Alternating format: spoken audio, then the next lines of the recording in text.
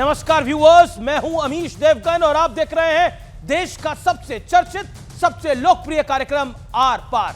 कल महाराष्ट्र में योगी आदित्यनाथ का एक पोस्टर लगा जिस पर लिखा था बटोगे तो कटोगे, और शायद इसके जवाब में ही आज लखनऊ में अखिलेश यादव का एक पोस्टर लगा दिया गया। इस पर लिखा था 27 का सत्ताधीश, यानी यह दावा किया गया कि अगले चुनाव में यूपी की सत्ता समाजवादियों के हाथ में ही आ जाएगी, जिस पर तंज कसते हुए बीजेपी ने कहा कि अखिलेश यादव को अभी 27 साल का इंतजार और करना पड़ेगा। इस बीच शिवपाल यादव ने एक बयान पर सियासी संग्राम छिड़ गया है। शिवपाल यादव ने कहा है कि सपा नेता और कार्यकर्ता जिस अफसर का लाल रंग से नाम लिख लेंगे, उनका हिसाब किताब 2027 में सपाइयों की, यानी सपा समाजवादी पार्टी की सरकार आने के बाद हो जाएगा। उधर प्रियंका गांधी वाड्रा ने आज वायनाड के पूर्व सांसद राहुल गांधी की मौजूदगी में रेहान वाड्रा और रॉबर्ट वाड्रा की मौजूदगी में अपना पर्चा भर दिया। सोनिया गांधी भी मौजूद रही और इस दौरान उनके पति रॉबर्ट वाड्रा, रेहान वाड्रा, सोनिया गांधी और मल्लिकार्जुन खड़गे समेत कांग्रेस के कई दिग्गज नेता और मंत्री मौजूद रहे। लेकिन सियासत का बड़ा खेला देखिए महाराष्ट्र में चल रहा है। सूत्रों का कहना है कि कुछ सीटों पर अभी भी उद्धव गुट और कांग्रेस के बीच में वर्चस्व की लड़ाई यानी तनातनी जारी है, इसलिए मामला फिलहाल फंस चुका है। तो आज इन्हीं तमाम मुद्दों पर देश की सबसे बड़ी पॉलिटिकल बहस, सियासत के सत्ताधीश, आखिरकार सियासत के सत्ताधीश कौन है, आर पार में आज ब्रेकिंग स्टोरी।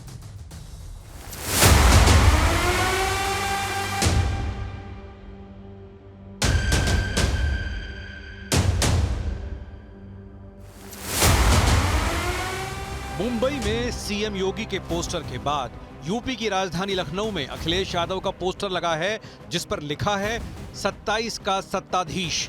इस पोस्टर पर जोरदार सियासत हो रही है। उपचुनाव हम लोग जीत रहे हैं, 27 में फिर से पूज्य महाराज जी की सरकार, डबल इंजन सरकार आ रही है और 27 साल उनको इंतजार करना होगा। लेकिन राजनीति में शेख चिल्ली जैसे हसीन सपने देखने से सपने पूरे नहीं होते हैं। केवल जाति और मजहब के समीकरण गढ़ के अपराधी और माफियाओं का साथ लेकर के चुनाव नहीं जीता जा सकता है। वैसे अखिलेश यादव सीएम योगी को मठाधीश बता चुके हैं। मठाधीश और माफिया में कोई ज्यादा फर्क नहीं होता। इस बीच शिवपाल यादव के एक बयान पर सियासी बवाल मचा हुआ है। हमारे समाजवादी के जितने भी नेता कार्यकर्ता हैं तो उनका नाम लाल से लिखा जाएगा और सरकार आने पर 27 में सरकार बनाने जा रही जो और बता तब हिसाब किताब हो जाएगा। जनता भी जान गई है कि जो सरकार आएगी आप किस प्रकार से उसके साथ व्यवहार करने वाले हैं। आप लूट खसोट करने वाले हैं, अपहरण का व्यापार चलाने वाले लोग हैं, बहन बेटी की इज्जत सुरक्षित रहेगी ऐसा वातावरण निर्मित करेंगे, आए दिन कर्फ्यू लेंगे।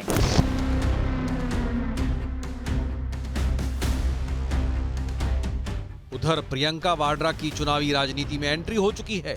राहुल गांधी की छोड़ी गई वायनाड सीट से आज उन्होंने पर्चा भरा। ये सीट कांग्रेस के लिए सेफ मानी जाती है। नॉमिनेशन से पहले सियासी शक्ति प्रदर्शन करते हुए एक रोड शो भी हुआ। रोड शो वाले रथ पर प्रियंका के साथ उनके पति रॉबर्ट वाड्रा, बेटे रेहान वाड्रा और राहुल गांधी भी मौजूद थे। 35 years since I have been campaigning for different elections. This is the first time that I am campaigning for your support for myself. भाई हटे बहन आई, अब भाई बहन हटेंगे तो भांजा आएगा। लेकिन आज सबसे बड़ा सवाल है कि प्रियंका की नई पारी और सपा की 2027 वाली तैयारी क्या सियासत में भारी पड़ने वाली है। सियासत के सत्ताधीश आज का ये मेगा शो, लेकिन आज आपको पहले विश्लेषण बता देते हैं। आर पार का सुप्रसिद्ध विश्लेषण, सियासत के सत्ताधीश का विश्लेषण। उत्तर प्रदेश मुलायम सिंह यादव के बाद सीएम पद की कमान अखिलेश यादव के पास आई। लोकसभा में अच्छे प्रदर्शन के बाद समाजवादी पार्टी ने अखिलेश यादव को 27 का सत्ताधीश बताया और चाचा ने कहा कि हम लाल रंग से नाम लिख रहे हैं उन अफसरों का, जब 27 में सरकार आएगी तो उनका पूरा हिसाब किताब होगा। यानी 27 के सत्ताधीश के साथ जुड़ा हुआ है उत्तर प्रदेश के मुख्यमंत्री का पद। बढ़ता हुआ आगे वायनाड, राहुल गांधी के बाद अब उनकी बहना प्रियंका वाड्रा ने वायनाड सीट पर दावा ठोक दिया है। 40% मुस्लिम 20% ईसाई वोटर वाली ये सीट कांग्रेस की सेफ सीट मानी जाती है। यानी यहां का अर्थमेटिक कहता है 40% मुसलमान और 20% ईसाई के साथ कांग्रेस का हारना असंभव है, क्योंकि मुस्लिम लीग का भी पूरा साथ है। आज जितने कांग्रेस के झंडे वहां थे, वही मुस्लिम उतने ही हरे झंडे यानी मुस्लिम लीग के झंडे वहां मौजूद थे। राहुल बोले जब प्रियंका जीत जाएंगी, लेकिन मैं भी यहां का सांसद अनौपचारिक रूप से रहूंगा। महाराष्ट्र की बात कर लेते हैं, यहां पेच फंसा हुआ है। सीट शेयरिंग पर कांग्रेस और उद्धव गुट में वर्चस्व की लड़ाई की लगातार खबरें आ रही हैं, लेकिन महाराष्ट्र में ठाकरे वर्सेस ठाकरे है। सीट दादर महिम अमित ठाकरे, राज ठाकरे के बेटे, और उद्धव गुट ने महेश सावंत को यहां पर मैदान में उतारा है। यानी अमित ठाकरे के खिलाफ उद्धव ठाकरे ने अपना कैंडिडेट दिया है, वो भी सॉलिड। लेकिन अब मैं आता हूं वर्ली सीट पर, और वर्ली सीट पे आदित्य ठाकरे का टिकट अभी कुछ देर पहले ही अनाउंस हुआ है, और संदीप देशपांडे के साथ एमएनएस का मुकाबला है। यानी यहां पर भी ठाकरे बनाम ठाकरे होने वाला है, यानी एक दूसरे के बेटों के खिलाफ भी टिकट दी गई है। झारखंड की बात कर लेते हैं, आइए नजर डाल लेते हैं। झारखंड में सोरेन परिवार के 3 उम्मीदवार चुनावी मैदान के अंदर हैं। हेमंत सोरेन, उनकी धर्मपत्नी कल्पना सोरेन और भाई बसंत सोरेन चुनाव लड़ रहे हैं। यानी यहां पर भी सत्ताधीशी जो है वो परिवार के साथ ही है। और अब बड़ा प्रश्न, आज का बड़ा सवाल यह है, सियासत अब सेवा नहीं सत्ता हासिल करने का मैदान बन चुका है, और यह बहुत क्लियर है, और यह हर पॉलिटिकल पार्टी के लिए है, इसमें कोई अलग नहीं है। शहजाद पूनावाला मेरे साथ इस चर्चा में जुड़ रहे हैं, सत्य प्रकाश मिश्रा मेरे साथ इस चर्चा में जुड़ रहे हैं, मेरे साथ शोहेब जमाई है, अध्यक्ष दिल्ली एआईएमआईएम के, मेरे साथ विवेक श्रीवास्तव हैं, नेता लेफ्ट के, मेरे साथ अजीज खान है, समाजवादी पार्टी के नेता प्रवक्ता, मेरे साथ आनंद दुबे हैं, मुंबई महाराष्ट्र के नेता हैं, शिवसेना उद्धव गुट के और प्रवक्ता भी हैं। और एक बड़ी खबर आ रही है, पहले मैं बड़ी खबर का रुख कर लेता हूं। बड़ी खबर आ रही है, उद्धव गुट की पहली लिस्ट जारी हो गई है। आदित्य ठाकरे वर्ली से चुनाव लड़ेंगे, 65 उम्मीदवारों की लिस्ट जारी करी है, लेकिन पेच फंसा हुआ है, कई सीटों पर पेच फंसा हुआ है। आदित्य ठाकरे चुनाव लड़ने एक बार फिर जा रहे हैं उद्धव गुट के सीएम नाथ एक, और इसके अलावा सीएम एकनाथ शिंदे के खिलाफ भी तगड़ा उम्मीदवार उतारा है उद्धव ठाकरे ने, यह बड़ी खबर है। और अब मैं सीधा रुख करता हूं, और सीधा मैं रुख करता हूं अपने मेहमानों का। शुरुआत आज की चर्चा की कर लेते हैं। क्या आपको लगता है अजीज खान, ये सत्ताधीशी 27 की जो आप कह रहे हैं, अभी तो 24 में चुनाव हुआ, हरियाणा में सत्ताधीशी कांग्रेस को मिल रही थी, लेकिन वो अचकन तैयार करके बैठे थे हुड्डा साहब और राहुल गांधी, लेकिन नायाब सिंह सैनी पहन के चले गए।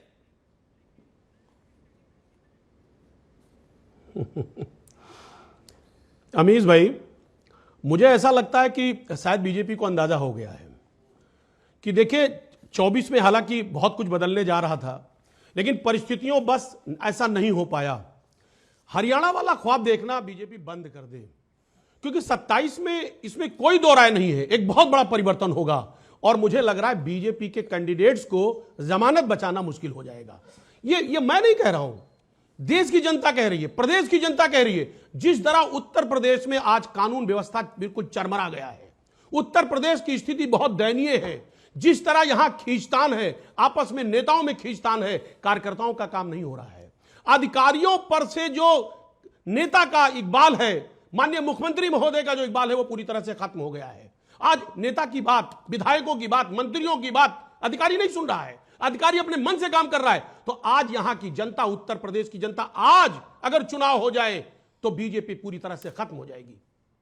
हकीकत ये 27 तो बहुत दूर की बात है, क्योंकि लोग ऊब गए हैं, लोग बिल्कुल बीजेपी को पसंद नहीं कर रहे हैं। ये सच है कि 27 में एक बहुत बड़ा चमत्कार होगा, बहुत बड़ा परिवर्तन होने जा रहा है। चमत्कार तो हरियाणा में 24 में भी हो रहा था, अभी तक तो आप ब्लेम गेम लगाते रहे। यूपी में आपने 22 में बोला, आपने बोला ओवैसी चुनाव लड़ रहे इसलिए हमारा नुकसान हुआ। हर वक्त आप एक ही राम लेते रहे। हरियाणा में तो कोई चुनाव नहीं लड़ा, लेकिन फिर भी आपका यही हाल हुआ। बातें तो स्पष्ट है। अब इसके अलावा शिवसेना को तो, जैसा कांग्रेस लगातार बोलती है, तहसीन पूनावाला ने तो कई मंचों पे बोला, उन्होंने बोला कि मुसलमान वोट भर भर के मिला आनंद दुबे को, और यानी शिवसेना पार्टी को, उद्धव गुट को, लेकिन वो बात ही नहीं करते मुद्दों की। मैं सीधा रुख करता हूं शेदात पूनावाला को। शेदात पूनावाला, ये 27 का सत्ताधीश, ये नींबू लेकर आए हैं आप, क्यों भाई? जरा कैमरामैन इसको जूम करना है, इस कच्चे नींबू पर सी लिखा है। इसका मैं आपको रहस्य बताता हूं। सी। हरियाणा के चुनाव के बाद ये कांग्रेस की स्थिति कच्चे नींबू की तरह बन गया। आप क्रिकेट खेलते थे बचपन में? बिल्कुल। तो जब गली क्रिकेट में, अभी भी खेलते हैं। हाँ, गली क्रिकेट में हम लोग जिस प्लेयर को 12th मैन रखते थे उसको बोलते थे कच्चा नींबू, उसको पूरा ओवर भी नहीं मिलता था। कांग्रेस राजनीति की कच्चा नींबू बन गई है। अब सोचिए कि 27 में क्या होगा। अखिलेश जी ने अभी तय कर लिया, 9 बाइपोल में से 7 सीट एक तरफा तय कर लिया। महाराष्ट्र में उद्धव जी ने कह दिया है कि मैं ही मुख्यमंत्री बनूंगा। बंगाल में दीदी ने 6 सीटों पर डिक्लेयर कर दिया, इंडिया अलायंस को पूछा तक नहीं। केरल में प्रियंका जी वहां पर जा रही है असली इंडिया अलायंस की कैंडिडेट बनने के लिए कि मैं तेज हूं, मेरे गाल पे मार्क है। वहां पे लेफ्ट ने अपना कैंडिडेट डिक्लेयर कर दिया। तो मैं पूछना चाहता हूं कि कांग्रेस को कच्चा नींबू, देखिए एक समय पर कांग्रेस बेताल की तरह थी, विक्रम के कंधे पर बैठकर वोट लेती थी, इन्हीं का वोट बैंक चूसती थी। अब कांग्रेस को कच्चा नींबू मतलब 12th मैन बना दिया है। और देखिए अमीश जी, मैं ये बाइनोक्यूलर भी लाया हूं। मैं इसलिए लाया हूं क्योंकि मैं देख रहा हूं, ये जम्मू कश्मीर में कहीं दिखा आपको इंडिया अलायंस? जम्मू कश्मीर में नो कांग्रेस। फिर मैंने देखा पंजाब में नो अलायंस। फिर मैंने देखा दिल्ली में नो अलायंस। फिर मैंने देखा हरियाणा में नो इंडिया अलायंस। फिर मैंने यूपी में देखा नो इंडिया अलायंस। फिर केरल में देखा नो इंडिया अलायंस। फिर महाराष्ट्र में देख रहा हूं कि कहां है Nana Patole versus Sanjay Raut India alliance. ये इंडिया अलायंस देखो, ओ विवेक जी दिख गए बाइनोक्यूलर में। विवेक जी कौन है इंडी का कैंडिडेट? प्रियंका जी ना। आज प्रियंका जी के लिए ताली बजाई कि नहीं आपने? प्रियंका जी के लिए ताली बजाई कि नहीं? This is too embarrassing for Vivek, क्योंकि उनका कैंडिडेट है।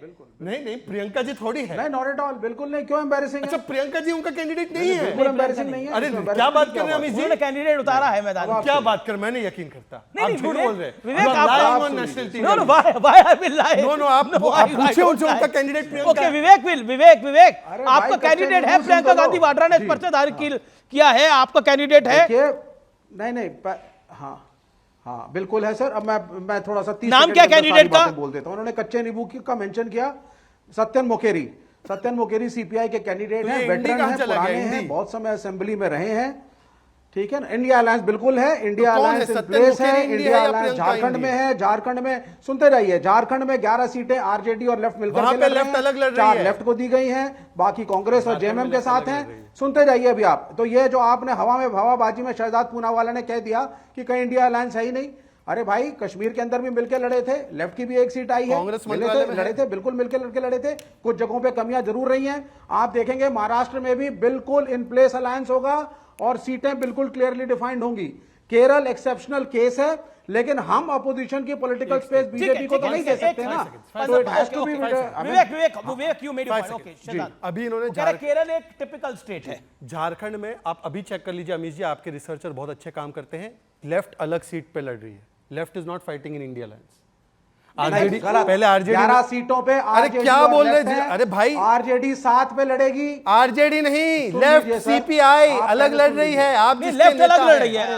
Vivek left has been left out. लेकिन इंटरेस्टिंग इसीलिए एमवीए का फॉर्मूला तय हो गया है और एमवीए का फॉर्मूला तय हो गया। संजय राउत कह रहे हैं 270 सीटें सेटल्ड हैं और जो संजय राउत की जुबानी 85 यानी शरद राव पवार 85, उद्धव ठाकरे 85 और कांग्रेस 85 सीटों पर चुनाव लड़ेगी, यह कहा जा रहा है। लेकिन अब सिर्फ 18 सीटों पर मामला उलझा हुआ है, ऐसा बयान आया है। लेकिन मैंने इसको कैलकुलेट करा, 85 + 85 + 85 कितना होता है आनंद दुबे? कितनी सीटें होती हैं? ये 270 तो नहीं होती हैं, 255 होती हैं। और कांग्रेस की तरफ से कोई एक्सेप्टेंस नहीं है। कांग्रेस की तरफ से कोई एक्सेप्टेंस नहीं है अभी तक कि 85 सीट पे वो लड़ रही है। क्या ये वन साइडेड घोषणा है? आप ही बता रहे हैं कि 85 तो कैलकुलेटर से पता लग जाएगा कितनी है। 255। 8 के 8, 8 दूनी 16, 3 24, 240 और 15 255 और सीटें हैं 288। तो ये आंकड़ा तो बैठ नहीं पा रहा है। तो आप ही के तो नेता बोल रहे हैं, संजय राउत तो कह रहे हैं तरफ से। तो ये तो सवाल आपको संजय राउत से होना चाहिए। संजय राउत जी तो कह रहे हैं कि हम 100 सीटों अभी का बयान है 85 पे लड़ रहे हैं। और आप बता रहे हैं कि 84, 85 बता रहे हैं। सुनिए, पहले आज हमने 65 उम्मीदवारों की एक सूची जाहिर की है और भी सूचियां बन रही हैं, वो भी 1-2 दिन में हम जाहिर करेंगे।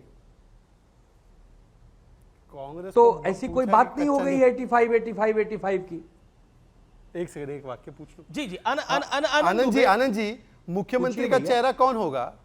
पूछिए। मुख्यमंत्री का चेहरा कौन होगा? शरद आपके यहाँ पवार ने कौन बोला है? जयंत पाटिल। आपके यहाँ कौन है? आपके यहाँ, हमारे यहाँ बोल दिया है, फडणवीस जी ने बोल दिया है, फडणवीस जी ने बोल दिया है। आनंद जी मैं बोल रहा हूँ आपको, अजीत पवार है? मैंने बोल रहा हूँ अजीत पवार है? शिंदे जी है, एकनाथ शिंदे, स्पष्ट तरीके से फडणवीस ने बोला है। मैं आपको सुना देता हूं मुख्यमंत्री का चेहरा। अब ये सुनिए, बीजेपी के ऑफिशियल स्पोक्सपर्सन का बयान है। लीजिए, मैं सुना देता इसको हूं। रिकॉर्ड करके रखिए अमित भाई। अरे रिकॉर्ड क्या, अमित भाई रिकॉर्ड करके रखिए। अरे रिकॉर्ड क्या, मैं आपको ऑन रिकॉर्ड 2024 ऑन रिकॉर्ड बोल रहा हूँ। 23 नवंबर को जब चुनाव के नतीजे आएंगे, प्लीज तो रिकॉर्ड करके मुख्यमंत्री का रखिए। चेहरा एकनाथ अरे शिंदे भाई मैं होंगे। कह रहा हूँ रिकॉर्ड करके शहजाद रखिए, मेरी पूनावाला बात का आ कहना जाने है। दीजिए, मेरी बात आ जाने दीजिए। अमीश जी मैं अपनी बात रख लूं? ठीक है। हाँ अमीश जी, मैं अभी वो वीडियो भी निकाल के रखो। हाँ मैं अपनी बात को रखता हूँ, आप बीच में मत टोकिए। मैं वीडियो भी सुना दूंगा, रूबिका के शो पे एक बार सुनाया था। फडणवीस जी ने क्लियर कट बोला हमारा मुख्यमंत्री है। वीडियो इकट्ठा करने का काम बंद करो यार। आनंद जी प्लीज अपने समय पर बोलिए। और देखिए प्रियंका जी तो ऐसे भी मुस्कुरा मुस्कुरा के मोदी जी की तारीफ अभी कर तो रही है। मैंने बोलना आप भी शायद शुरू ही तारीफ किया करने लग जाओगे। और आप बीच में मैंने अचानक सुना है से आप आ भी गए। तारीफ करने की अभी तो कतार में बोलना हैं। शुरू किया आप था। भी मोदी जी की तारीफ करने के कतार में, मैंने सुना है। प्रियंका जी के बाद, प्रियंका चतुर्वेदी के बाद आप भी मोदी जी की तारीफ करने की कतार में हैं। जासूसी भी करने लगे क्या शहजाद भाई? अब सुनिए, अब 10 सेकंड जासूसी भी करने लगे? जासूसी नहीं कर रहा हूं, मेरी दूरबीन बहुत पावरफुल है, मैं देख लेता हूं कि कौन आदमी कहां से क्या बोल रहा है। सुन लीजिए अब 10 सेकंड, बीच में मत टोकिए। फडणवीस जी का बयान भी सुना लूंगा। हमारे यहाँ पर तय है, बीजेपी सबसे बड़ी पार्टी के रूप में लड़ रही चुनाव, उसके नेतृत्व में एकनाथ शिंदे सिटिंग मुख्यमंत्री है। पर मैं अब पूछना चाह रहा हूं, सबसे बड़ी पार्टी के रूप में एमवीए में कौन होगा और कौन होगा मुख्यमंत्री का चेहरा? शरद पवार बोलते जयंत पाटिल, ये बोलते उद्धव सिंह। हमारे यहाँ आपकी तरह बड़ा छोटे का भेदभाव नहीं है। हमारे यहाँ सब समान है। हम एक महाविकास आघाड़ी में एक दूसरे को सम्मान देते हैं। हमारे यहाँ गुलाम नहीं पाए जाते। गुलाम आपके यहाँ महा झूठी सरकार में पाए जाते हैं कि एक बड़ी शक्ति है, उसके नीचे 2 गुलाम बैठे हैं, उनको कुछ मिलना नहीं है। तो हमारे यहाँ कम से कम ये नहीं है। कांग्रेस अपनी सीटें डिक्लेयर कर रही है, राष्ट्रवादी अपने कर रही है, हम अपने कर रहे हैं। Satyaprakash Mishra as a point, कहां से लड़ेंगे अभी पता चल जाएगा। सत्यप्रकाश मिश्रा वो कह रहे हैं कि हमारे यहाँ गुलाम नहीं होते, एनडीए में गुलाम है सब। सत्यप्रकाश मिश्रा देखिए, आनंद दुबे जी इस बात को बहुत बेहतर समझते हैं कि महाविकास अघाड़ी में सबसे ज्यादा जो खेल चल रहा है वो एक दूसरे को पछाड़ी देने का चल रहा है। तो ये पता साफ है कि कहां गुलाम है कहां सेवक है। आपने कार्यक्रम की शुरुआत करी जिस शब्द से कि कोई कह रहा है कि मैं सत्ताधीश बनने वाला हूं 27 में, और उनके समर्थकों ने पोस्टर लगाया उनके जन्म दिवस पर। तो जन्मदिन की तो शुभकामना, लेकिन एक गुजारिश है, लोकतंत्र में सत्ता में आने वाला सेवक होता है, उसका धीश नहीं होता, सत्ताधीश नहीं होता। ये जो अहंकार है अखिलेश यादव जी की पार्टी का, और ये जो अहंकार थोड़ा दिख रहा है आपको महाराष्ट्र में, ये जनता समझती है, उसको पछाड़ेगी, क्योंकि लोकतंत्र में जनता सर्वोपरि है। वो जिसको चाहेगी सत्ता देगी। जहां तक एनडीए का सवाल है, एनडीए इस देश का सबसे बड़ा लोकतांत्रिक गठबंधन आज से नहीं, अटल बिहारी वाजपेयी जी के जमाने से है, जिसमें सभी पार्टियों का हमेशा सम्मान किया गया। छोटी पार्टी जो थी उनको भी एक सीट देकर केंद्र में मंत्री बनाया। आज जीतन राम मांझी एक दलित समाज से आते हैं बिहार से, उनको केंद्र में नरेंद्र मोदी जी ने मंत्री बनाया, कैबिनेट मिनिस्टर बनाया।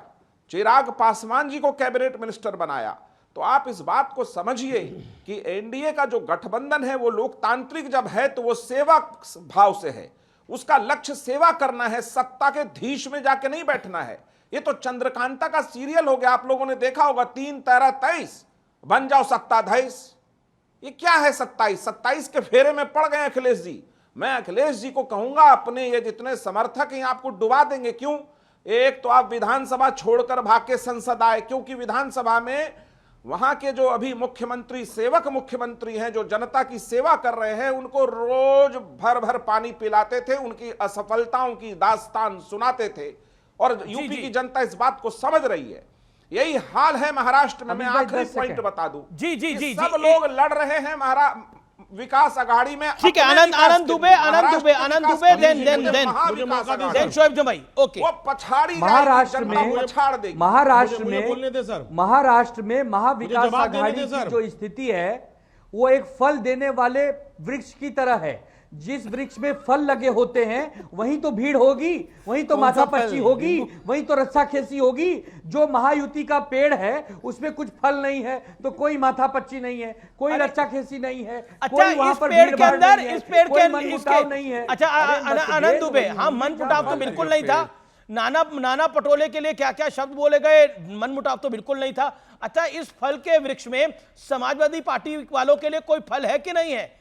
अबू आजमी तो 8-10 सांसद वो कह रहे हैं कि मुसलमान इस बार वोट दे दे हमें, हम आठ विधायक जीत कर आए तो बताएंगे फिर क्या होता है। और 2 डिक्लेयर जी। समाजवादी पार्टी के वर्तमान में 2 विधायक हैं, 1-2 हम और कंसीडर कर सकते हैं। अगर वो 15 मांगेंगे, 12 मांगेंगे, नहीं 15-12 नहीं मांग रहे, वो 10 मांग रहे हैं। अगर हम शिवसेना जाकर उत्तर प्रदेश में 25 सीट मांगे तो क्या समाजवादी हमें देगी? अरे आपकी तो एक भी नहीं है, उनके तो 2 विधायक तो है, आपका तो एक है नहीं भाई। आपका तो एक, आपका तो है नहीं एक। हम 8-5 मांगेंगे तो क्या देंगे? अरे तो क्या आज नहीं है ना, 92 में था।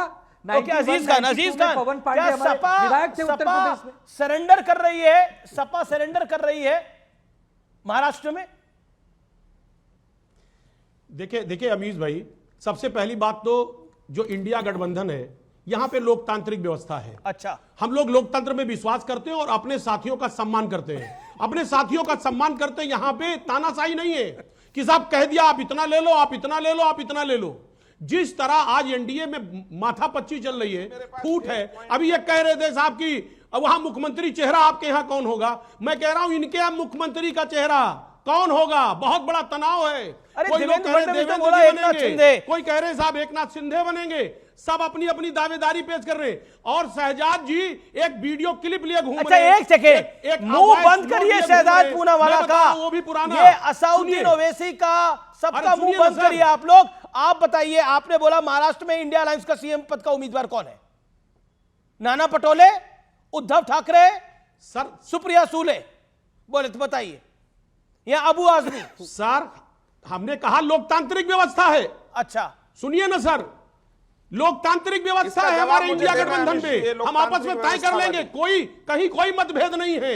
ठीक है, ओके ओके, एक सेकंड मतभेद है तो okay. AIMIM president, Delhi president, okay. Shoaib Jamai waiting from long, okay. Shoaib Jamai, my straight question to you tonight is, Haryana में तो आप लड़े नहीं, मतलब आप लड़े नहीं, लेकिन तब भी वहां पर बीजेपी की जीत हो गई। आपको तो वोट कटवा पार्टी ही साबित कर दिया है पूरे देश में कि आप सिर्फ वोट काटते हैं। महाराष्ट्र की स्थिति देखकर, यूपी की स्थिति देखकर आप क्या कहना चाहते हैं आज? नहीं, हरियाणा में जो है वो हमारे सदर साहब का हेलीकॉप्टर ऊपर से गुजर गया था, उसी का शायद असर रहा। लेकिन अपार्ट फ्रॉम द जोक, देखिए अभी हमारे पैनल में कांग्रेस के पूर्व नेता बैठे हैं, उनके बाइनोक्यूलर से जरा कहिएगा कि जरा कभी कभी मणिपुर की तरफ भी देख लें। मणिपुर में भी दिखेगा और बहराइच में भी दिखेगा, जहां बीजेपी के नेताओं ने खुद बीजेपी कार्यकर्ताओं पर एफआईआर दर्ज करवाई है दंगा करवाने। वो आपके बीच में नहीं बोले, give me fair chance. Okay okay, Shahzad let me make his point. फिलिस्तीन का टेलीस्कोप पहले हटा दो आप, अरे सब दिखेगा आपको। अरे थोड़ा सब्र रखिए ना। अरे भाई साहब, मैं पूछा, अब मुझे पता है आप कन्हैया कुमार के पुराने दोस्त हैं। कन्हैया के दोस्त शांत हो जाइए। मुझे भी पता, जदयू के पुराने दोस्त थे। कन्हैया के दोस्त शांत हो जाइए। दोस्त है आप, हम पार्टी के पुराने दोस्त हैं, हम के आप भी पुराने दोस्त हैं, आपको भी पता है। बोलिए, ठीक है, ओके, बोलिए मौलाना, ओके ओके, बोलिए सुन लीजिए, सुन, हाँ बोलिए मौलाना। देखिए, महाराष्ट्र में हमारी पार्टी के 2 विधायक ऑलरेडी हैं और पिछली बार भी यहाँ से हमारे कई कैंडिडेट जो है वो दूसरे या तीसरे नंबर पर रहे, यानी जनाधार काफी प्रचंड है। हमारे साथ भी जनाधार है। हमने इसलिए लेकिन एक बात तो स्पष्ट है कि लोकसभा चुनाव में मुस्लिम वोट एक, अगर आपका भी मकसद बीजेपी को हराना है तो आप हमारे साथ, हम साथ में आते हैं, लड़ते हैं साथ में। लेकिन इस बात को अगर अनसुना किया जाएगा तो हम पूरे महाराष्ट्र में लड़ेंगे। हमारे पास वहां विधायक है, जनाधार है हमारे पार्टी लेकिन मुस्लिम वोट लड़ेंगे। लेकिन एक बात है मुसलमान वोट हमारे साथ लड़ना तो बोल दें। एक बात है कि मुसलमान वोट जो है वो एक मुश्त लोकसभा चुनाव में उद्धव ठाकरे की पार्टी को पड़ा है और कांग्रेस क्लेम कर रही है वो हमारी वजह से पड़ा है। आपको वो मुस्लिम वोट नहीं पड़ा है, खासतौर पर मुंबई और मुंबई वाली नहीं नहीं नहीं, सुनिए, मुसलमानों ने वर वर के वोट दिया इंडिया गठबंधन को, लेकिन क्या इन्होंने एक भी सांसद को टिकट दिया था महाराष्ट्र के अंदर? नहीं दिया था। मुस्लिम लीडरशिप को खत्म करना चाहते हैं, इसलिए हम उत्तर प्रदेश में भी 2 सीटों पे लड़ रहे हैं, झारखंड में भी हम लड़ रहे हैं। अब हम, चूंकि हमने ये कहा कि हमारा मकसद भी भाजपा को रोकना है, आरएसएस को रोकना है, आइए साथ में मिलकर आनंद रोकते दुबे, हैं। लेकिन अगर आप बांटने की राजनीति करेंगे, साथ में नहीं लड़ेंगे, तो फिर हमारा हक है कि हम हर जगह मजबूती। आनंद दुबे आपको डर किस बात का है? ये सवाल हमारी इंडिया गठबंधन से। ये भारतीय जनता पार्टी की बी टीम के रूप में पूरे देश में काम करती है। यह बात भारत का मुसलमान जान चुका है। जब भारत और महाराष्ट्र का मुसलमान इनको पहचान चुका है, तो इनको साथ लेकर कोई अपनी फजीहत करवाएगा? आप बीजेपी के साथ रहो, बताइए, बीजेपी के लिए काम करो। दुबे जी, हरियाणा में बी टीम कौन था बताइए? न विधायक चुन के आने हैं, न कोई खाता खोलना है। हरियाणा में बी टीम कौन था सर? केवल अपने प्रचार प्रसार में ध्यान दो। महाराष्ट्र में हमारे सांसद थे, क्या मुंह लेकर जाते? हरियाणा सांसद थे, हरियाणा में क्या मुंह लेकर जाते? आप क्या जमानत जब्त करवाते? हमारे विधायक है ना। अरे मजाक उड़ाने की लिमिट है आनंद दुबे। डर किस बात का है? चतुराई करते हैं, बीजेपी के साथ मिले हुए हैं। डर किस बात का है? आनंद दुबे, मजाक उड़ाने की एक लिमिट है। डर किस बात का है? एआईएमएम की। नहीं, आपको डर किस बात का है? किस मुंह से जाते? जनता के बीच में जाते, बीजेपी की जनता के बीच में जाते हैं। और सुन लीजिए, आप महाराष्ट्र में अगर हम पूरी सीटों पे नहीं जा सकती तो बखिया उधेड़ दी इसके लिए बीजेपी दूर से इनका सहारा लेती है। वो भी डायरेक्ट इनको नहीं पकड़ती है, पीछे के दरवाजे से लाती है। नहीं, आप मुसलमानों का वोट लेंगे, आपको लेकिन मुसलमानों को टिकट नहीं देंगे। आप क्यों नहीं देंगे? हमको हिंदू, मुसलमान, सिख, ईसाई सभी के वोट मिलते हैं। बताओ, इस देश में डॉक्टर बाबा साहब अम्बेडकर जी की जो संवैधानिक प्रक्रिया है ना, उस तहत सबका हमको अधिकार है वोट लेने का, मांगने का। लोग हमें देते हैं। आरएसएस की तरफ से बैटिंग कर रहे हैं आप। अमित जी, थोड़ा सा मुझे, मेरे भी बीजेपी राजनीति को बढ़ावा देना चाहते हैं। बीजेपी की बी टीम है साहब। क्यों? तो एक सेकंड शोएब भाई, 3 सेकंड आनंद दुबे, एक सेकंड, 1 सेकंड। ओके, बिल्कुल मैं मौका दे रहा हूं, मैं आपको मौका दे रहा हूं। लेकिन ऑल ऑडियोज डाउन। ओके, एक सेकंड शोएब भाई, 30 सेकंड। शोएब भाई 30 सेकंड, मेक योर पॉइंट। देखिए, मेरा सिंपल सा मुतालबा है। हमारे पार्टी के राष्ट्रीय सदर बैरिस्टर ओवैसी साहब ने साफ तौर पर कहा कि हम ये चाहते हैं, हमारा मकसद है बीजेपी आरएसएस को महाराष्ट्र में रोकना। आइए साथ मिलकर चुनाव लड़ते हैं। वो आपको साथ लेने के मूड में नहीं है, लेकिन इंडिया गठबंधन वो आपकी है, उन्होंने आपको आपकी पॉलिटिकल हैसियत नहीं समझते हैं। उन्होंने क्लियर कट कहा, अभी उन्होंने तो मजाक उड़ाया आपका। ठीक है, फिर हम दिखाएंगे, फिर हम महाराष्ट्र में दिखाएंगे कि हमारी पॉलिटिकल हैसियत आ गए ना, जब हम तमाम सीटों पर चेहरा लेकर लड़ेंगे। आनंद दुबे, तो हम बताएंगे। ओके आनंद दुबे 30 सेकंड। देन शहजाद।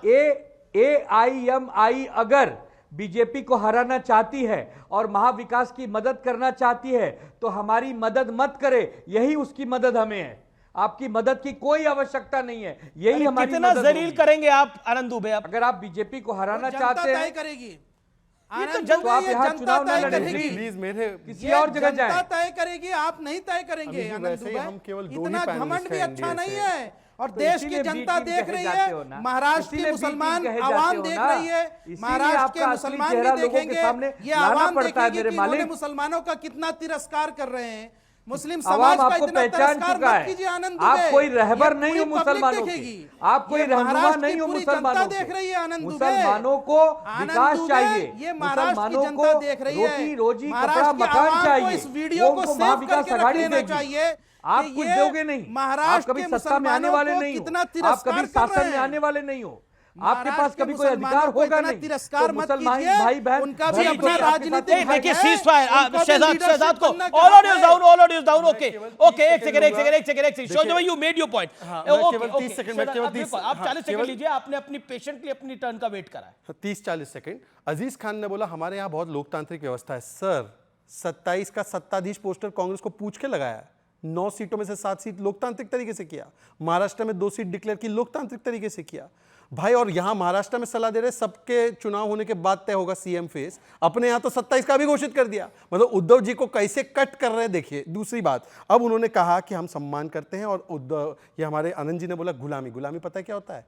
मातोश्री से आज मांगोश्री। भाई जो शिवसेना हमारे साथ थी तो 100 से अधिक सीट पे बिना पूछे तय करके लड़ती थी, आज मांगोश्री पे 85 सीट पे लड़ना पड़ रहा है, ना मुख्यमंत्री का चेहरा मिल रहा है, ये मांगोश्री हो चुका है। सावरकर पर बार बार आप बोलते हैं कि सावरकर का अपमान मत कीजिए, वीर सावरकर जी का, वो अपमान करते रहते, मांगोश्री बन गए। और आखिरी थर्ड पॉइंट, वो हमारे MIM हमारे अलायंस पार्टनर है, तो कांग्रेस उनका विरोध केस क्यों, राइट का केस वापस ले रही है? हुब्बली राइट का केस कर्नाटका में किसने वापस लिया?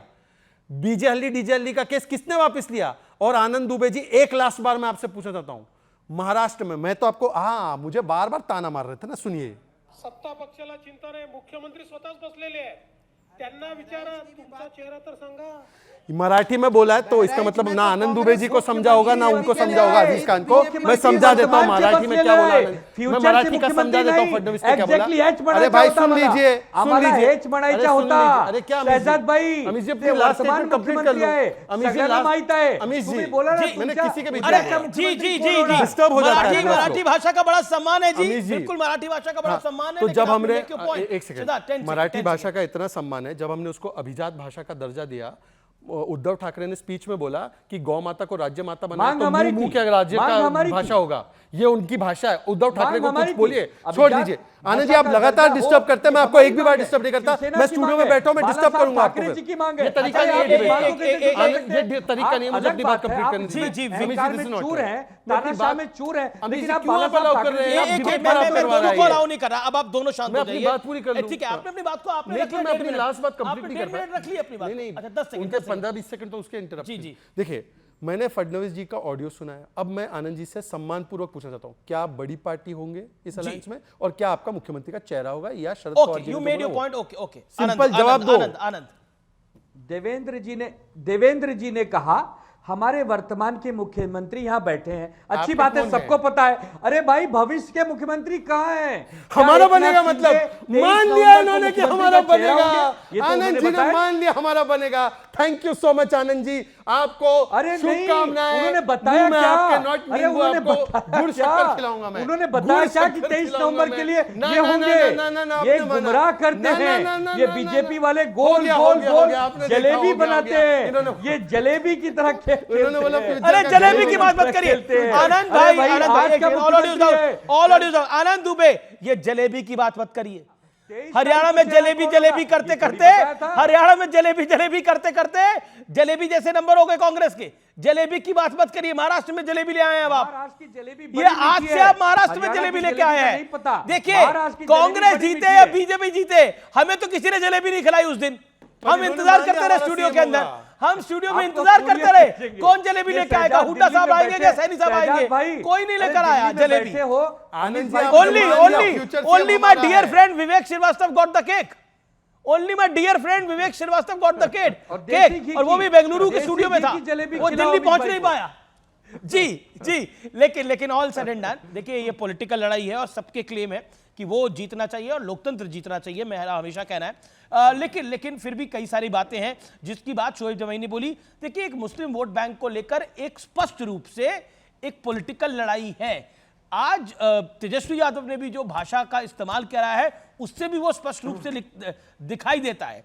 क्या आपको लगता है, क्योंकि आप ओवैसी साहब की पार्टी से हैं शोएब जमाई, और प्रेसिडेंट है दिल्ली AIMM के, यानी जिम्मेदारी भरा पद है आपके पास, प्रश्न बहुत सीधा है, क्या आपको लगता है मुसलमान को सब एक हैचबैक जो गाड़ी होती है उसकी तरह ट्रीट करते हैं, उसका वोट तो लेते हैं और उसका फायदा उठाते हैं पॉलिटिकली, लेकिन लाभ नहीं देते, ना इकोनॉमिकली ना पॉलिटिकली और बाकी भी किसी अंदाज में नहीं? देखिए, हर समाज को अपनी अपनी राजनीतिक भागीदारी में आगे बढ़ने का हक है। काशीराम जी को पहली बार चुनाव लड़े तो 2 वोट मिला।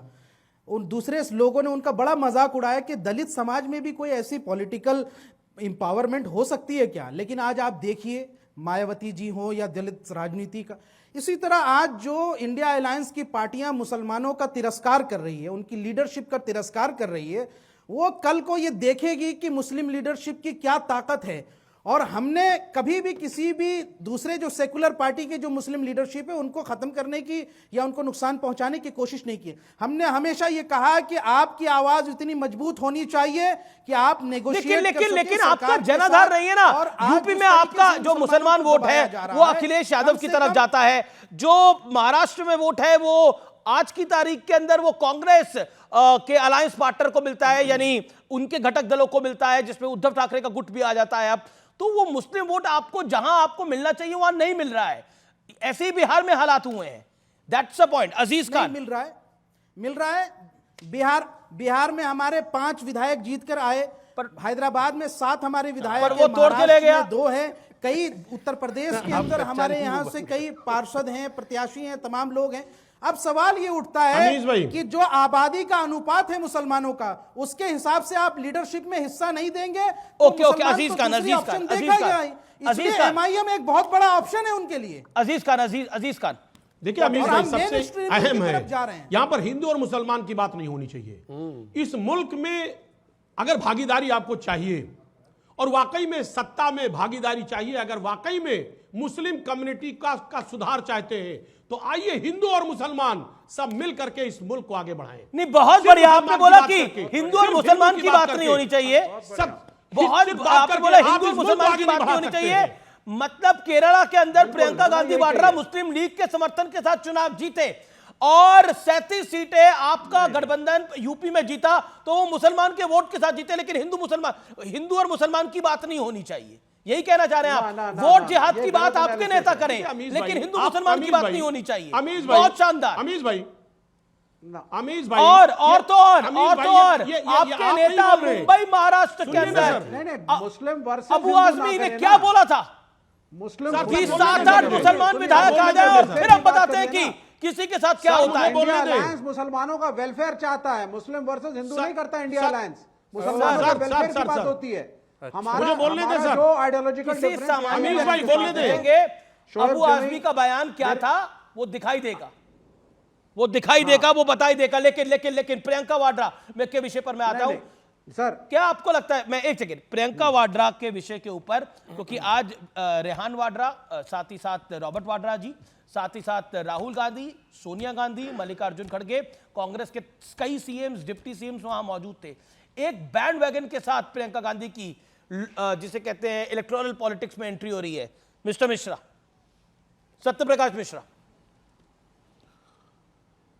अमिश देवगन जी, राहुल गांधी संसद में मंच से कई बार एक फोटो दिखाते हैं, इसमें ओबीसी कौन है, इसमें दलित कौन है, इसमें पिछड़ा कौन है, लेकिन जब पार्टी में टिकट बांटने की बात आती है तो इसमें किशोरी लाल शर्मा कौन है, प्रियंका वाड्रा कौन है। मैं हमेशा कहता रहा हूं कि अगर उम्र लड़ने की जो न्यूनतम सीमा 25 साल नहीं है, तो जो रेहान वडेरा गए थे वो भी कहीं से चुनाव लड़ रहे होते, इनके नाती पोते भी संसद में होते। प्रियंका गांधी के चुनाव लड़ने पर मुझे कोई आपत्ति नहीं है, लेकिन एक दिन सवेरा होता है इस देश में, प्रियंका गांधी सीधे राष्ट्रीय महासचिव कांग्रेस, फिर एक दिन सांझ होता है इस देश में तो महासचिव प्रभारी उत्तर प्रदेश, फिर सवेरा हुआ तो सीधा वायनाड में चुनाव लड़ने पहुंच गए। और यही कमोबेश स्थिति राहुल जी की भी थी। तो ये जो परिवारवाद का चट्टा बट्टा तिलचट्टा पूरा पार्टी है, वो इस देश को दीमक की तरह चाट रहा है, लोकतंत्र खतरे में है। मैं लोकतंत्र पे एक बात और कहना चाहता हूं। विवेक, अरे रुकिए भाई, अरे रुकिए, आपकी बारी आएगी, बोलिएगा आप। मैं लोकतंत्र पे एक बात कहना चाहता हूं कि मैं अजीत भाई से बहुत सहमत हूं कि इंडिया गठबंधन में बहुत लोकतांत्रिक व्यवस्था है। अरे यार, ये क्या बदतमीजी है, ये क्या बदतमीजी है? अरे बदतमीजी क्या है ये? मैं आपके जब बोल रहे थे तो नहीं बोल रहा था। विवेक ये मत करिए आप, विवेक ये मत करिए आप, मुझे बोलने दीजिए। आपकी बारी आएगी, आप खूब बोलिएगा। तो गलत है, आपकी बारी आए आप खूब बोलिए, लेकिन ये बीच में टपका टपकी मत करिए ना। लोकतांत्रिक तो सिद्धांत में बने रहिए।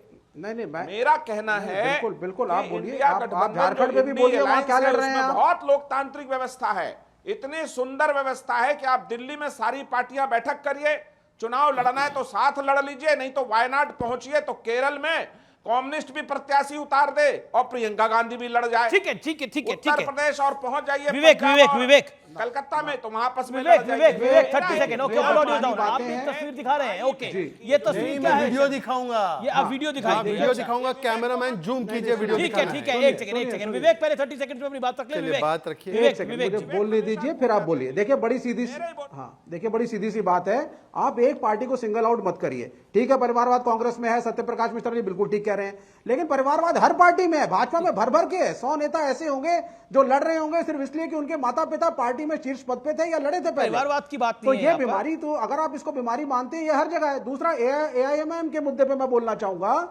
कि देखिए अजीज खान साहब ने बिल्कुल सही बोला कि हमारे को हिंदू और मुसलमानों को एक लेकर के चलना है। समाजवादी पार्टी, लेफ्ट और कांग्रेस, हम मुसलमानों को अलग घटक दल नहीं मानते। हम उस कम्युनिटी के वेलफेयर में उनको हिंदू समाज के साथ लेके चलने की बात करते हैं। एक सेकंड। लेकिन हमें यह डर लगता है, my dear friend Shoaib Jamai highly qualified है, PhD है, साइंटिस्ट है, and I have lot of respect for him. लेकिन द अदर पार्ट इज कि जब इम्तियाज जलील एक बहुत बड़ी रैली मुंबई में करते हैं जो थाने तक आती है, तो कहीं ना कहीं वो बड़ी सक्सेसफुल रैली थी वो, और अगर ऑर्गेनाइजेशन पर्सपेक्टिव से देखेंगे तो मैं प्रेस करूंगा। लेकिन उससे होता क्या है कि वो सिर्फ अगर एक धर्म विशेष की रैली बन जाती है तो उसके रिएक्शन में हिंदू पोलराइज होता है, और कहीं ना कहीं ना चाहते हुए भी बीजेपी को फायदा मतलब मिलता आप कहते हैं है और मुसलमान इंडिया वोट अलायंस तो का मिले नुकसान लेकिन हो वो जाता है। साथ ना दिखे। तो एग्जैक्टली हम यही इस- कहना चाह रहे हैं ना आप कह रहे हैं कि मुसलमान वोट तो नहीं, मिले, जवाब चुपचाप नहीं डालता देंगे। रहे, मैं कह रहा हूं, हिंदू उनके लिए हम मुसलमान एक चुपचाप है ना, काम भी हमारे करते हम रहेंगे क्यों लेकिन हमेशा वोट ना मिले। मैनिपुलेशन करते हैं? मतलब ये कैसा लोकतंत्र है, हम दिखाना नहीं चाहते लेकिन हम वोट लेना चाहते हैं। मतलब ये तो कमाल की बात बोली आपने हजूर आज। हम दिखाना नहीं चाहते लेकिन वोट लेना, यही तो है ये। इसका मतलब क्या है? आप मंच पे मत चढ़िए, आप मंच पे मत चढ़िए, लेकिन आप वोट देते रहिए। आपको हम बीजेपी से डराएंगे, हमें वोट दीजिए। पॉइंट तो यही है। शहजाद पूनावाला एक वीडियो, एक मिनट 2 बात दिखाइएगा, ये क्या मतलब है कि नहीं, ये वीडियो बाद में दिखाइएगा, ये क्या मतलब है कि मुसलमान वोट तो दे लेकिन साथ ना दिखे भाई। तो मैं यही तो कह रहा हूं कि खुद ये विवेक श्रीवास्तव जी बंगाल में फुरफुरा शरीफ के साथ जाए तो ठीक है, पर यहां पर MIM को गाली बकते हैं। दरअसल ये चाहते हैं कि मुस्लिम का वोट तो मिले पर मुस्लिम का नेतृत्व ना बढ़े, और इसीलिए इन लोगों ने मुसलमानों के साथ सबसे बड़ा अन्याय किया है। ये यूज एंड थ्रो वाली पॉलिसी है। और मैं आपको बताना चाहता हूं इनका PDA क्या है। इट्स नॉट पिछड़ा दलित अल्पसंख्यक, इट इज पारिवारिक दलों का अलायंस। ये वीडियो सर थोड़ा जूम कीजिए। इसमें खड़गे जी, जब नॉमिनेशन था आज वायनाड में प्रियंका जी का, खड़गे जी दरवाजे के बाहर ही रह गए। खड़गे जी बोलते रहे मुझे आने दो, मुझे आने दो। 5 सदस्य थे परिवार के, फिर परिवार का कोई सदस्य जब बाहर गया तब खड़गे जी अंदर आ पाए। मतलब पहले से उन्होंने खड़गे जी का नाम भी नहीं दिया था। मतलब एक दलित व्यक्ति के साथ कैसा अपमानजनक व्यवहार ये किया गया है। इन्होंने सीताराम केसी की धोती फाड़ी, कुमारी शैलजा का अपमान किया, और अब अपने ही अध्यक्ष को बाहर खड़ा कर दिया। ये है इनका पारिवारिक दलों का अलायंस। बड़ी खबर आ रही है, योगी आदित्यनाथ ने इशारों में सीएम योगी आदित्यनाथ ने अखिलेश यादव पर वार किया है। तुलसीदास जी ने कहा था भारत का एक ही राजा है और भारत के राजा श्री राम हैं। श्री राम प्रभु ही भारत के राजा हैं। इशारों में योगी का अखिलेश पर यह बड़ा पलटवार है। उत्तर प्रदेश सूबे के मुख्यमंत्री हैं योगी आदित्यनाथ। मैं सीधा रुख करता हूं अजीज खान का। बताइए अजीज भाई। अजीज खान, लगता है उन तक आवाज नहीं जा पा रही है। जी एक सेकेंड। आनंद दुबे। अमीश भाई देखिए, ऐसा है कि बात मुसलमान की हो रही थी, बात अल्पसंख्यक की हो रही थी। हमारे महाराष्ट्र का जो मुसलमान है वो छत्रपति शिवाजी महाराज को मानने वाला मुसलमान है। तो यहाँ कितने भी पोस्टर लगाओ, बटेंगे तो कटेंगे, हिंदू मुसलमान, ये महाराष्ट्र में कभी चला नहीं है और कभी चलेगा नहीं। इसके लिए हम MIM से हाथ जोड़ के विनती करते हैं कि आप हमारी मदद करना चाहते हो तो यहाँ आओ ही मत, हमारी मदद ही मत करो।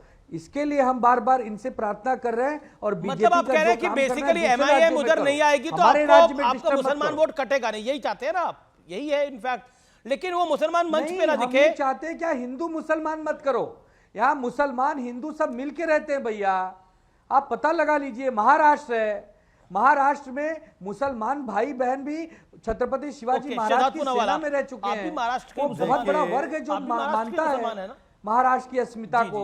जी देखिए, बाला साहब ठाकरे जी ने एक बार बोला था कि मैं केवल दो ही कास्ट में यकीन रखता हूँ, रिच और पुअर। वो पार्टी आज हिंदुओं को कास्ट में डिवाइड करती है, पर मुसलमानों का वोट एक हो जाए, सब हट जाए और मुसलमान वोट मुझे भर भर के आ जाए, मैं उद्धव भाईजान तंजीम यूबीटी बन जाऊं। मैं देखे बीच में नहीं, प्लीज सर, प्लीज आपके बीच में। और दूसरी बात, अभी आपने कोट किया योगी आदित्यनाथ जी को, बिल्कुल सही कहा। आपको याद होगा जब वो फैजाबाद के सांसद को एक बार इंट्रोड्यूस कर रहे थे मीडिया के सामने, तो उन्होंने बोला कि ये अयोध्या के राजा है।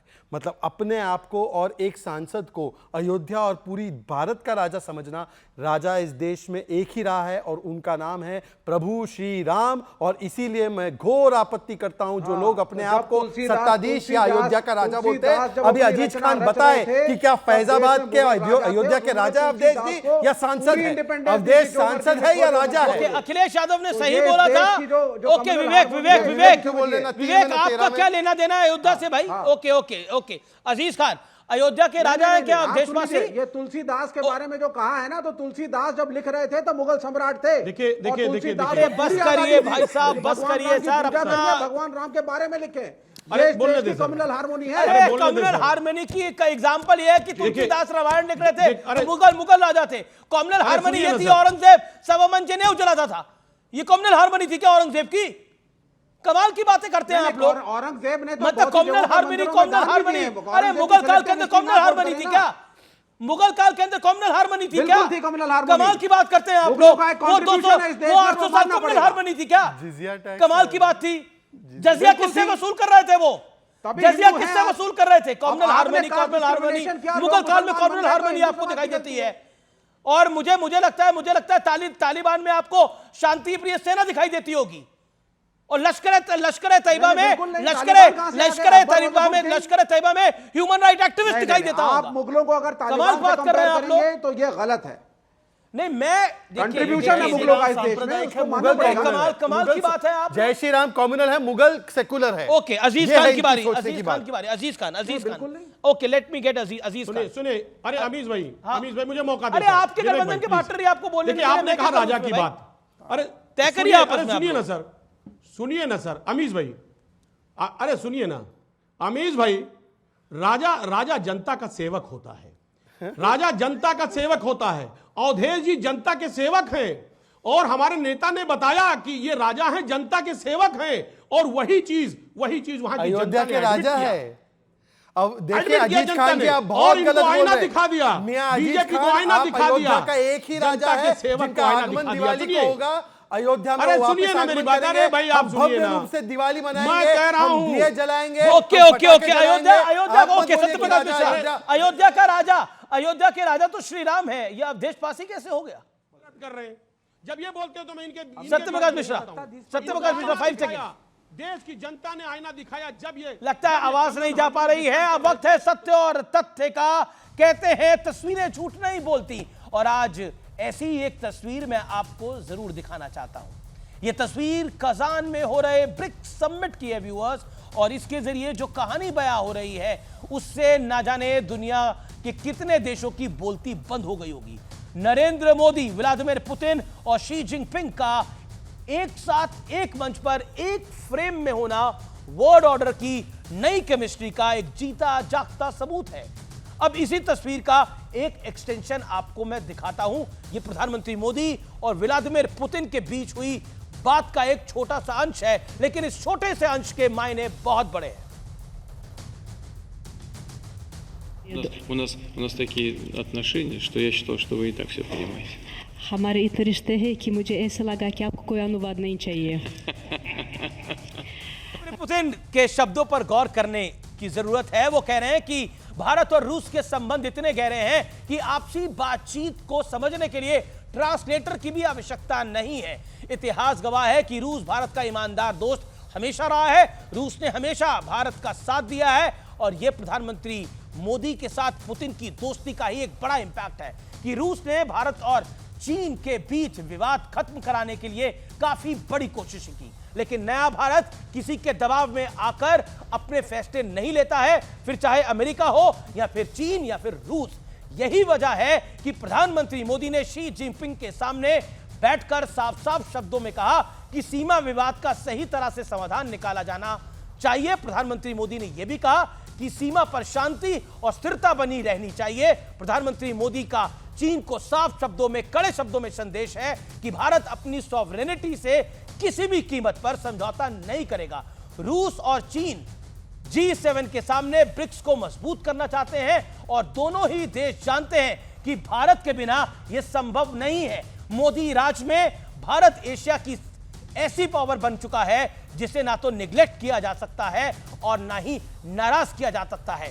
भारत के साथ अमेरिका, रूस, ईरान, इजराइल, सऊदी अरब, टर्की, अधिकतर देश, दुनिया के बड़े देश समझौते करना चाहते हैं और उससे रिश्ते रखना चाहते हैं। ये नए भारत की उभरती हुई ताकत है। ये मोदी की डिप्लोमेसी का एक बहुत बड़ा एग्जाम्पल है।